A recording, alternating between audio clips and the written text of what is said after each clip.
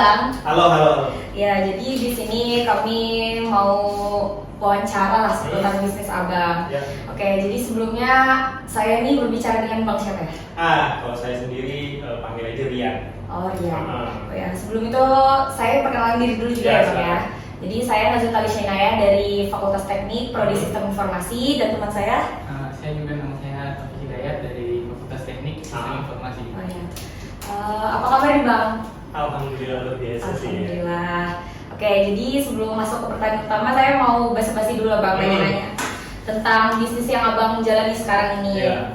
Jadi sekarang ini Abang ini lagi nekuni bisnis apa nih Bang? Jadi sebenarnya kalau yang lebih difokusin sekarang itu lebih ke jasa ya. Jasa. Bisnis jasa, tepatnya di bidang barbershop. Oh, barbershop. Jadi nama tokonya nih Bang, kalau boleh tahu nama toko barbershopnya ini apa? Bohemia. Bohemia. Ya, mungkin orang-orang udah pada tahu ya kali. Oke. Nah, saya kan sebagai customer juga. Kenapa tuh namanya tuh Bohemian gitu? Oke. Kenapa biasanya pakai nama tuh tunjuk tuh pakai nama tunjukurnya? Oh iya benar. Nah kalau misalnya ngomongin tentang kenapa penamaannya akhirnya Bohemian itu tuh panjang banget ya. Diceritakan. Boleh deh secara singkat Singkat aja.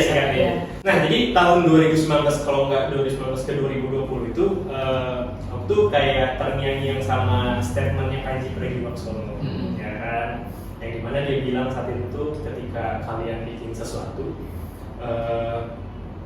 yang mesti harus dikedepankan dulu itu tujuannya bikin sesuatu tuh yang lebih berbeda.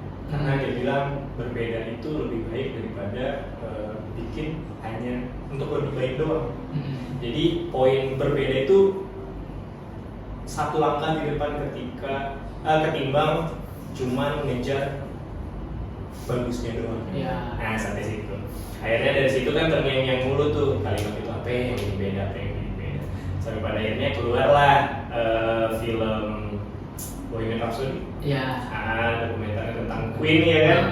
Nah dari situ akhirnya kayak terkumpul lagi tuh titik. Yang pertama aku terngiang-ngiang sama statementnya Panji Pragiwaksono. Habis itu titik baru muncul yang dimana terinspirasi dari film itu tadi. Bohemian kayaknya menarik juga ya. Nah dari situ akhirnya cari tahu lah tentang Bohemian karena saat itu tuh aku juga memang suka sama konsep-konsep yang kayak berbau hippie gitu ya. Hippie yang dimana itu tuh yang kayak full color gitu, segala macam, orang-orangnya juga yang kayak orang-orang kayak gembel-gembel gitu, tapi ada estetiknya gitu, ada nilai estetik. Nah sampai pada akhirnya kan ada beberapa titik-titik yang di pikiranku tuh terkumpul gitu, mulai aku cari tahu lah sebenarnya Bohemian ini apa sih gitu. Nah poin yang aku dapatkan tentang Bohemian itu sebenarnya Bohemian itu sebutan untuk orang-orang ini ya, orang-orang yang hidupnya itu suka berkelana, nomaden, berpindah dari satu tempat ke tempat yang lain gitu. Kalau lebih gampangnya itu di Indonesia itu kurang lebih kayak musafir. Kalau musafir itu tujuannya religi, kalau Bohemian ini mungkin lebih ke tujuan yang mencari ketentraman hidup gitu loh.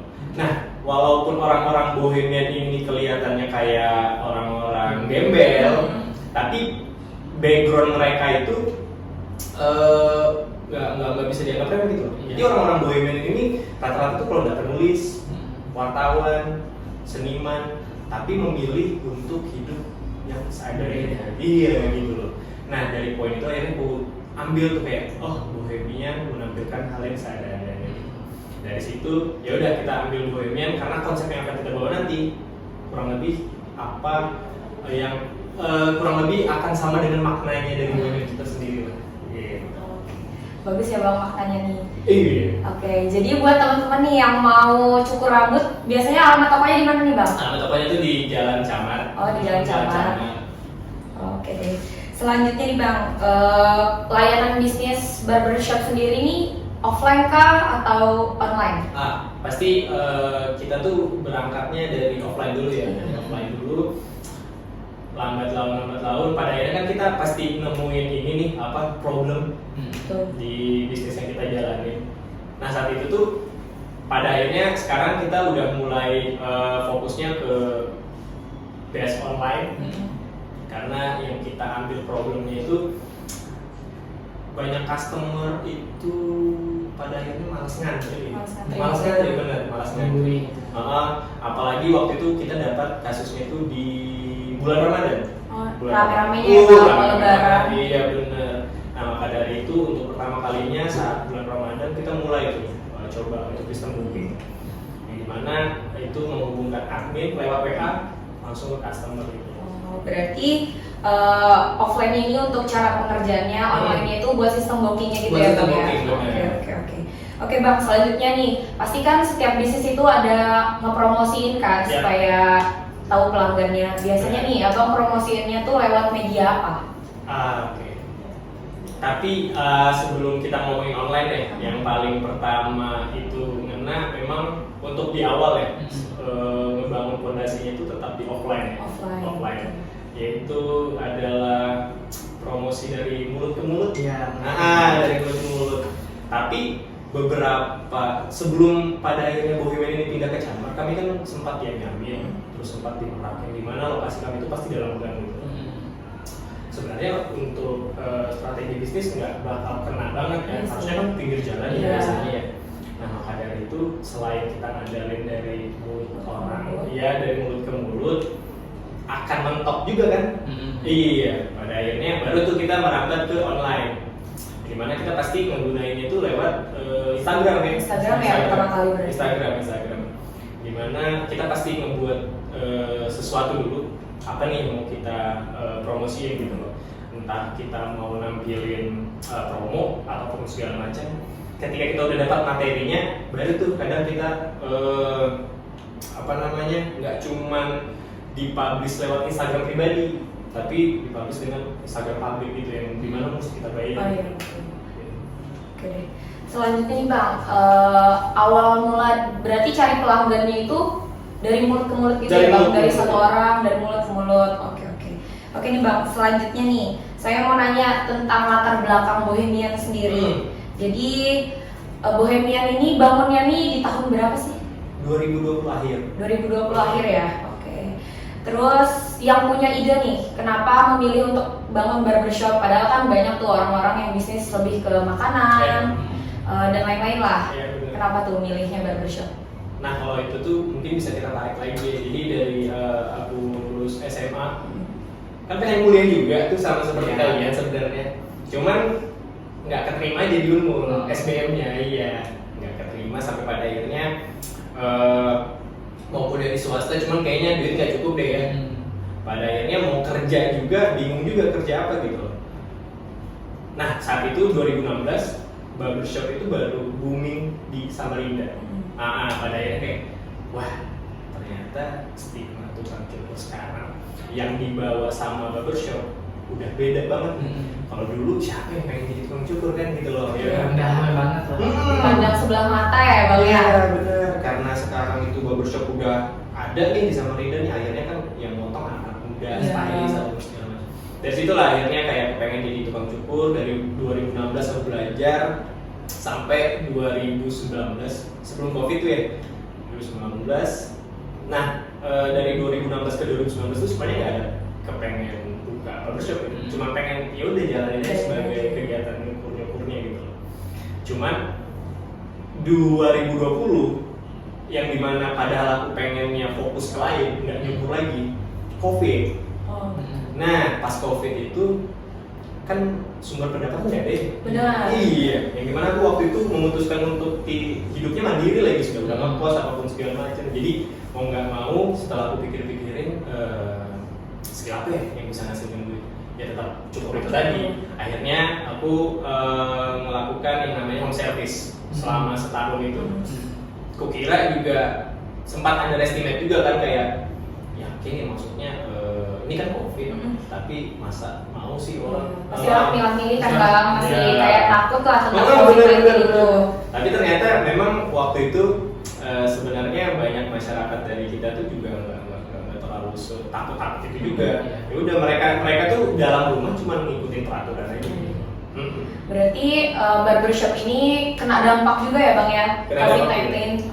Jadi waktu 2020 ini Bohemian belum berbentuk, tapi idenya sudah ada. Sudah ada.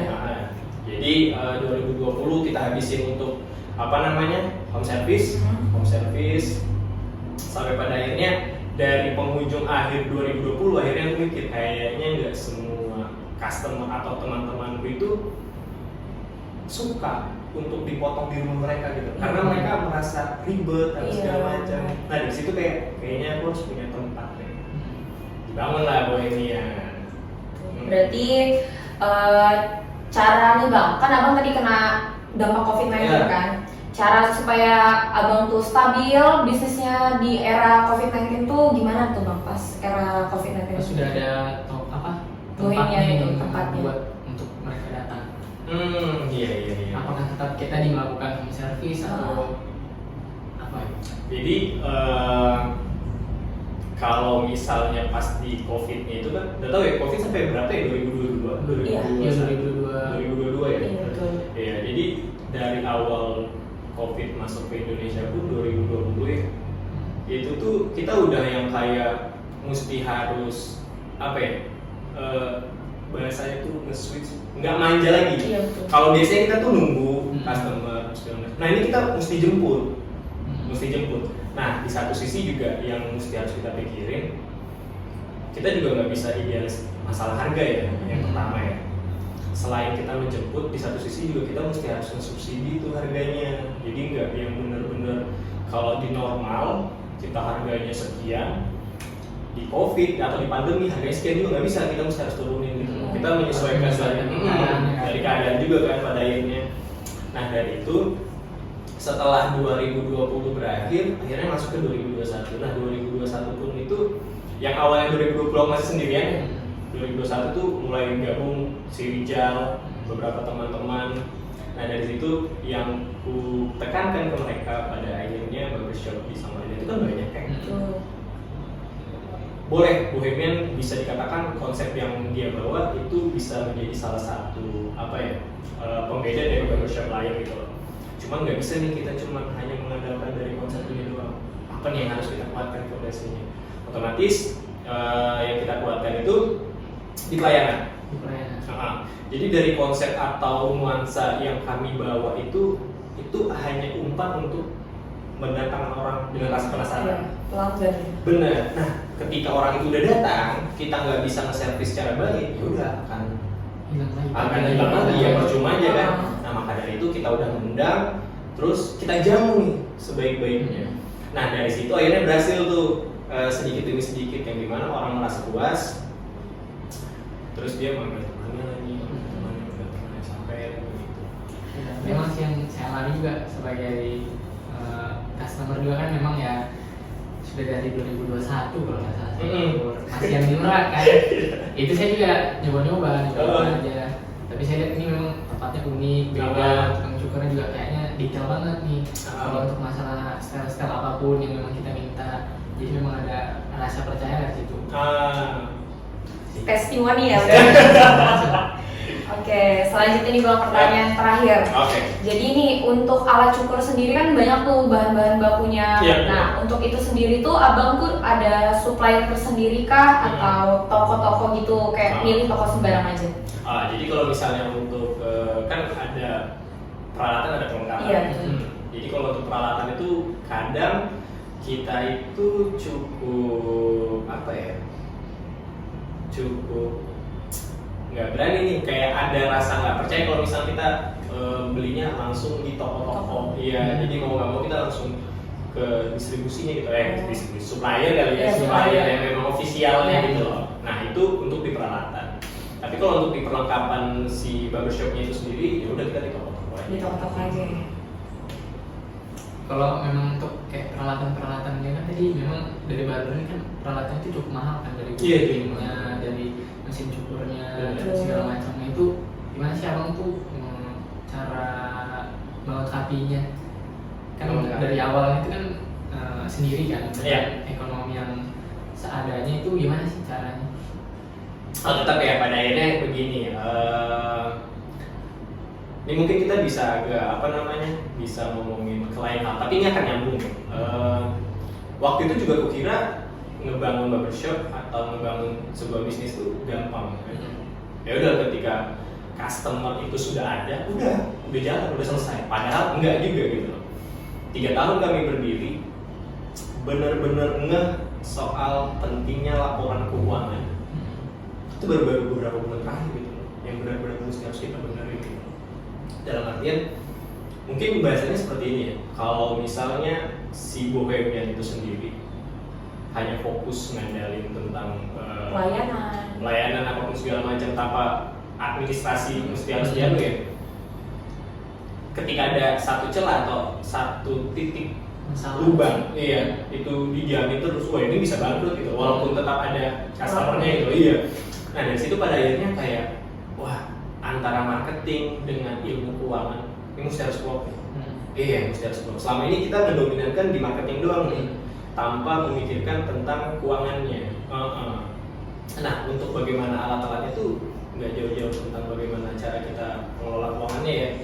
Investnya ada yang namanya disisihin buat beli alat baru, upgrade. Berarti ngikut perjalanan waktu aja lah Bang ya?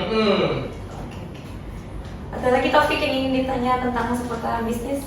Itu aja sih Bang. Oh, Itu aja. Oke sih Bang, itu aja dari kita. Jadi buat teman-teman yang mau cukur bisa langsung ke jalan apa tadi Bang? Jalan Camar nomor Jalan 8. Camar. Oke, terima kasih ya Bang atas Sama-sama, waktunya. sama-sama. Semoga bisnisnya makin lancar terus, makin rame lah. Dengan Semoga adanya video kalian ini. cepat lulus juga. Amin. Makasih ya Bang ya. Sama-sama. Makasih, Bang. Sama-sama.